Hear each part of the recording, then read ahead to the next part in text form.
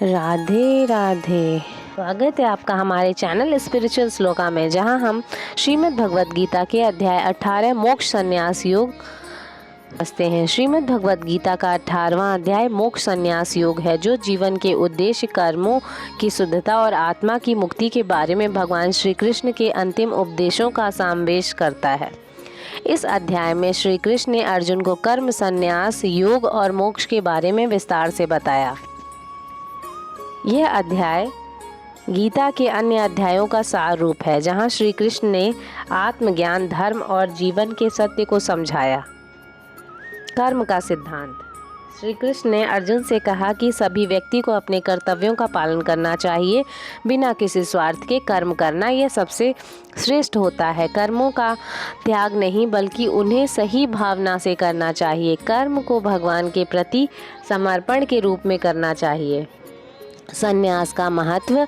संन्यास का मतलब केवल अपने घर परिवार से हटकर जंगल में जाना नहीं, बल्कि संन्यास का असली अर्थ है अपने मन और इंद्रियों को काबू में रखना। जिस व्यक्ति का मन स्थिर रहता है, वह हर परिस्थिति में संतुष्ट रहता है। यह संतुष्टि ही आत्मज्ञान और मोक्ष की ओर ले जाती है। मोक्ष का अर्थ है संसार के बंधनों से मुक्ति प्राप्त करना। जब व्यक्ति अपनी सभी इच्छाओं, कर्मों और भ्रमों से ऊपर उठकर भगवान के साथ एकात्मता की अवस्था को प्राप्त करता है, तो वह मोक्ष को प्राप्त करता है। कर्म, ज्ञान और भक्ति के 3 प्रकार। इस अध्याय में भगवान श्री कृष्ण ने कर्म, ज्ञान और भक्ति के 3 प्रकारों के बारे में बताया। कर्म को सात्विक, राजसी और तामसिक के रूप में विभाजित किया। इसी प्रकार ज्ञान और भक्ति को भी इन 3 प्रकारों में आती है। प्रत्येक प्रकार की भक्ति, ज्ञान और कर्म का प्रभाव हमारे जीवन और आत्मा की उन्नति पर पड़ता है। आध्यात्मिक दृष्टिकोण। अध्याय 18 में भगवान श्री कृष्ण ने अर्जुन को यह समझाया कि आत्मनिर्भरता और संतुष्टि पाने के लिए हमें अपने कर्मों को भगवान के प्रति समर्पित करना चाहिए। केवल स्वार्थी कर्मों से हम आत्मा के उच्चतम उद्देश्य तक नहीं पहुंच सकते। जीवन को सही तरीके से जीने के लिए हमें अपनी श्रद्धा और कार्यों को सही दिशा में लगाना चाहिए। आज के जीवन से उदाहरण। आज के समय में भी यह सिद्धांत प्रासंगिक है। हम जो भी काम करते हैं वह आत्मा और की शांति और संतुलन के लिए होना चाहिए। जैसे एक डॉक्टर जो अपनी सेवाएं निस्वार्थ भाव से देता है, एक शिक्षक जो अपने छात्रों को न केवल किताबों का ज्ञान बल्कि जीवन के सही रास्ते सिखाता है, वह अपने कर्मों का भगवान के प्रति समर्पित करता है और जीवन में संतुष्ट रहता है। इस प्रकार हमें अपने कर्मों में स्वार्थ, अहंकार और शोषण से बचना चाहिए।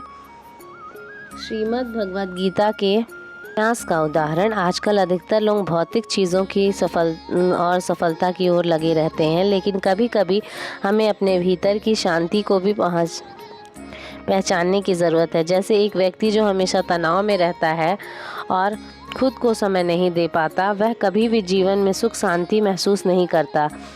वही व्यक्ति यदि अपने जीवन में साधारणता और संतुष्टि की ओर बढ़े, अपने मन और इंद्रियों को नियंत्रित करे, तो वह सच्चे संन्यास का अनुभव कर सकता है। उदाहरण के लिए, एक व्यक्ति जो अपने घर, परिवार, काम और रिश्तों के बीच संतुलन बनाए रखता है, वह एक वास्तविक संन्यास का पालन करता है। मोक्ष का उदाहरण। आज की जीवन शैली से। आज के जीवन में मोक्ष की प्राप्ति का मतलब यह नहीं कि हमें दुनिया से भाग जाना चाहिए, बल्कि यह है कि हमें अपने जीवन में शांति, संतुलन और आध्यात्मिक उन्नति के लिए सही मार्ग पर चलना चाहिए। उदाहरण, एक व्यक्ति जो अपने जीवन की शुरुआत ध्यान और प्रार्थना से करता है और अपनी दिनचर्या में कर्तव्य, प्रेम और सेवा को महत्व देता है, वह मोक्ष के मार्ग पर है। ऐसे लोग न केवल अपनी आत्मा की शांति प्राप्त करते हैं, बल्कि वे समाज में भी सकारात्मक बदलाव लाने का काम करते हैं। कर्म, ज्ञान और भक्ति के 3 प्रकार। सात्विक कर्म। वह कर्म जो बिना किसी स्वार्थ के लिए किए जाते हैं, जैसे सेवा और दान। राजसी कर्म। वह कर्म जो दिखावे के लिए या किसी विशेष उद्देश्य के लिए किए जाते हैं। तामसिक कर्म। वह कर्म जो अज्ञानता और स्वार्थ के कारण किए जाते हैं, जैसे हिंसा और धोखा देना। आज की जीवन शैली का उदाहरण। सात्विक कर्म। एक व्यक्ति जो केवल प्रसिद्धि और सम्मान के लिए कार्य करता है, लेकिन उसका उद्देश्य समाज की भलाई नहीं है। तामसिक कर्म। एक व्यक्ति जो अपने स्वार्थ के लिए दूसरों को धोखा देता है और दूसरों का शोषण करता है। कर्म का उदाहरण। एक व्यक्ति जो अपनी नौकरी में बिना किसी स्वार्थ के मेहनत करता है और अपनी जिम्मेदारियों को पूरी ईमानदारी से निभाता है, उसका उद्देश्य सिर्फ अपने कार्य में श्रेष्ठता हासिल करना होता है, ना कि किसी प्रमोशन या आर्थिक लाभ की प्राप्ति। संन्यास का उदाहरण। एक व्यक्ति भौतिक सुखों की लालसा से ऊपर उठकर अपनी इच्छाओं और मन की शांतिपूर्ण अवस्था को प्राप्त करता है। वह किसी भी सांसारिक चीज़ से बंधा नहीं रहता, बल्कि आत्मनिर्भर और संतुष्ट रहता है। एक साधु जो घर परिवार और भौतिक वस्तुओं का त्याग कर जंगल में साधना करता है, उसका उद्देश्य आत्मा की मुक्ति प्राप्त करना और संसार के बंधनों से मुक्ति प्राप्त करना है। मोक्ष का उदाहरण।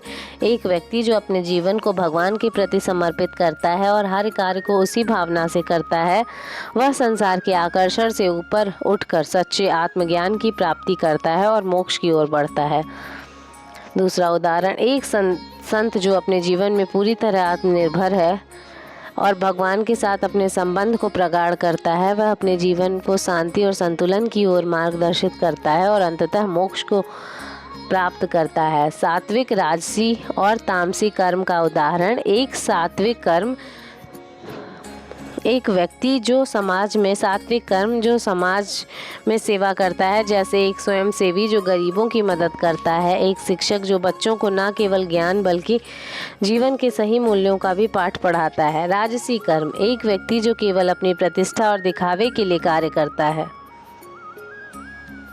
इन उदाहरणों के माध्यम से हम श्रीमद् भगवद गीता के 18वें अध्याय की गहरी समझ पा सकते हैं और अपने जीवन में इसे लागू कर सकते हैं।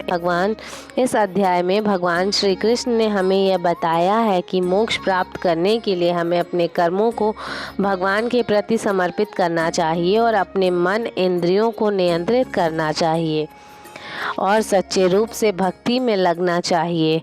भगवान श्री कृष्ण के उपदेशों से हमें यह समझने का अवसर मिलता है कि जीवन में शांति, संतुलन और आत्मिक उन्नति पाने के लिए सही कर्म, ज्ञान और भक्ति का पालन करना चाहिए।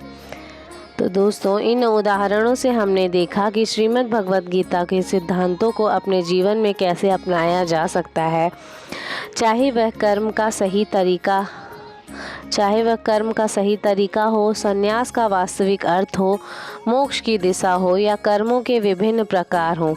यह सब हमें अपने जीवन में शांति और संतुलन प्राप्त करने में मदद करते हैं।